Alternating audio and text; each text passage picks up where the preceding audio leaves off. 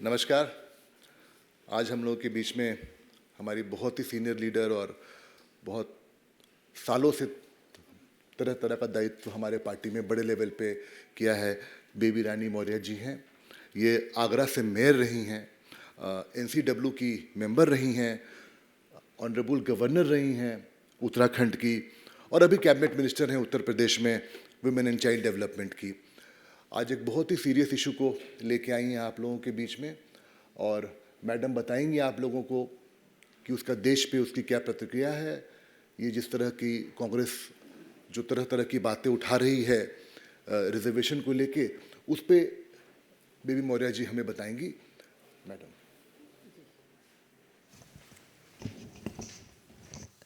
सभी अपने पत्रकार भाइयों को मैं नमस्कार करती हूँ। मैं बेबी रानी मौर्य, इस समय मैं कैबिनेट मंत्री हूँ महिला बाल विकास और महिला कल्याण की। भाइयों, मैं आप लोगों को बताना चाहती हूँ, क्योंकि ये बताना ज़रूरी है कि मैं खुद दलित समाज से आती हूँ और एक दलित समाज की बेटी को भारतीय जनता पार्टी ने 94 से लेके आज 2024 हो गया, लगातार विभिन्न दायित्वों का मुझे दायित्व दिया और उनको मैंने कुशलतापूर्वक निभाया। अभी जैसा भाई ने बताया कि मैं आगरा की महापौर रही 95 में, फिर महिला आयोग की सदस्य रही, फिर अनेक पदों पर रही, फिर उत्तराखंड की गवर्नर बनाया मुझे और आज कैबिनेट में मंत्री हूँ। अगर हमारी पार्टी दलितों के लिए इतना सब नहीं कर रही होती तो हम जैसी महिलाएं तो कहीं दिखाई भी नहीं देते। ये भारतीय जनता पार्टी और आदरणीय हमारी यशस्वी प्रधानमंत्री जी का एक विशेष हम लोगों के ऊपर आशीर्वाद कि हमें इन विभिन्न दायित्वों को सौंपा। मैं आपको ये बताना चाहती हूँ कि और मुझे पीड़ा भी है कि जिस तरह कांग्रेस आज बात कर रही है, कभी वो आरक्षण कि हम आरक्षण देंगे और ये आरक्षण ख़त्म कर देंगे, ये मेरी समझ में नहीं आता ये बात। मैं बड़ी पीड़ा के साथ आज आई हूँ आगरा में, तो मैं पढ़ती रहती थी, लेकिन मुझे लगा कि मुझे अपनी बात कहनी चाहिए। बाबा भीमराव अंबेडकर ने जो हमको आरक्षण में एक स्वाभिमान और सम्मान दिया, और उनके इन बाबा साहब के उन सपनों को आज हमारे आदरणीय प्रधानमंत्री जी पूरा कर रहे हैं।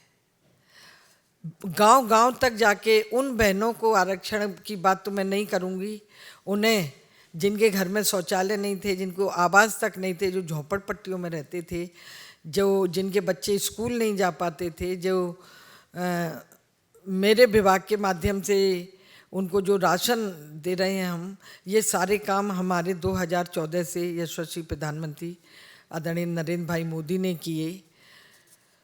हमें कांग्रेस से पूछना चाहिए, मैं बड़े पीड़ा के साथ ये बात कह रही हूँ कि कांग्रेस हमें ये बताएगी कि कांग्रेस और ईडी गठबंधन लिखित में ये देगी कि कभी भी वो धर्म के आधार पर आरक्षण नहीं देंगे। लिखित में इसलिए क्योंकि उनकी बात का कोई भरोसा नहीं है, क्योंकि उन्होंने आंध्र और कर्नाटक में कई बार धर्म आधारित आरक्षण देने की साजिश की है। अगर कांग्रेस ऐसा नहीं करती है तो स्पष्ट करे कि वह ऐसी साजिश क्यों कर रही है। कांग्रेस ने, दूसरा प्रश्न है मेरा, कांग्रेस ने MU और जामिया मिलिया इस्लामिया जैसे शिक्षण संस्थानों में SC ST और OBC आरक्षण को क्यों ख़त्म किया? क्या कांग्रेस सार्वजनिक मंच से और लिखित रूप से यह कहने को तैयार है कि वह अलीगढ़ मुस्लिम यूनिवर्सिटी और जामिया मिलिया इस्लामिया में SC ST और OBC के आरक्षण का समर्थन करेगी? कांग्रेस क्या यह लिखित में देने को तैयार है कि वह जम्मू कश्मीर से धारा 370 को फिर से लाने का समर्थन नहीं करेगी ताकि ST SC और OBC के अधिकारों का हनन नहीं हो? कांग्रेस ने कर्नाटक में OBC कोटे का आरक्षण मुसलमानों को क्यों दिया? बाबा साहब धर्म आधारित आरक्षण के खिलाफ थे, लेकिन कांग्रेस की सरकार वोट बैंक और तुष्टीकरण की राजनीति के लिए धर्म आधारित आरक्षण देने के लिए हिडन एजेंडे पर काम कर रही है।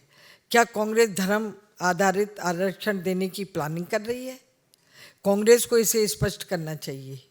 मैं इसमें एक बात और जोड़ना चाहती हूँ कि नेहरू जी ने भी सन 61 में इसका आरक्षण का विरोध किया था और ये कहा था कि इससे उनमें एफिशिएंसी नहीं रहेगी या वो सेकेंडरी नागरिक हो जाएंगे देश के। ऐसा क्या हुआ है?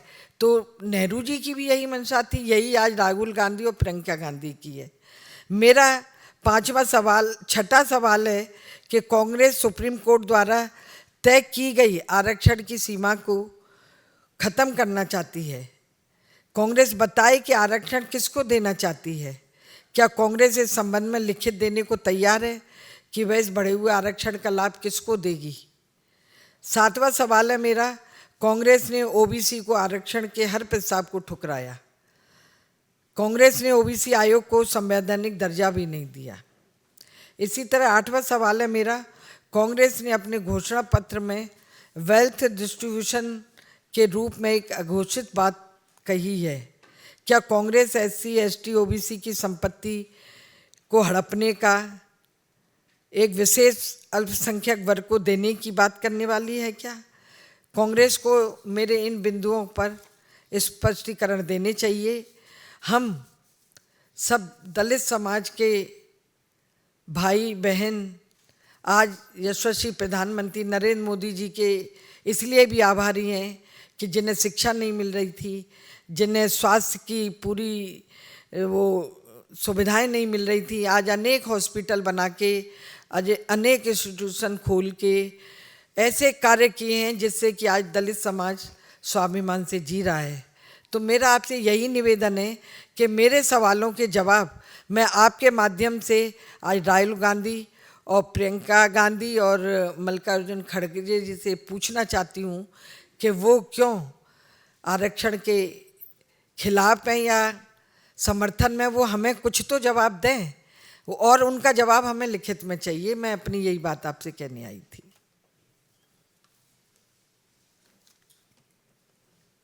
इससे रिलेटेड कोई सवाल है? अभी आपने आरक्षण की बात कही है। राहुल गांधी ने एक पोस्ट किया, उन्होंने कहा है कि सरकारी नौकरियां ही खत्म की जा रही हैं मोदी सरकार में और ऐसे में ना रहेगा बांस ना बजेगी बांसुरी। मतलब सरकारी नौकरियों में आरक्षण जो मिलता था वही जब सरकारी नौकरियां ही नहीं रहेंगी तो आरक्षण कहाँ से? नहीं, सरकारी नौकरियां कहाँ खत्म हो गई? कहीं तो आया नहीं, कहीं स्टेटमेंट नहीं दिया ऐसा हमारे प्रधानमंत्री जी ने, कहीं कोई ऐसी बात ही नहीं आई। अब ये राहुल गांधी जो सोचते रहे वो खुद ही बताएं कि उन्होंने कितनी नौकरियां दी हैं।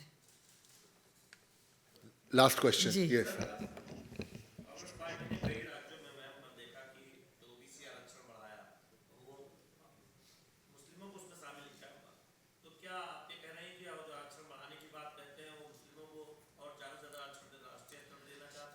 अब ये उनकी मंशा होगी, लेकिन सुप्रीम कोर्ट की जो गाइडलाइन है उससे ज़्यादा आरक्षण की बात नहीं करनी चाहिए। वो एक किसी विशेष वर्ग को लाभ देना चाहते हैं।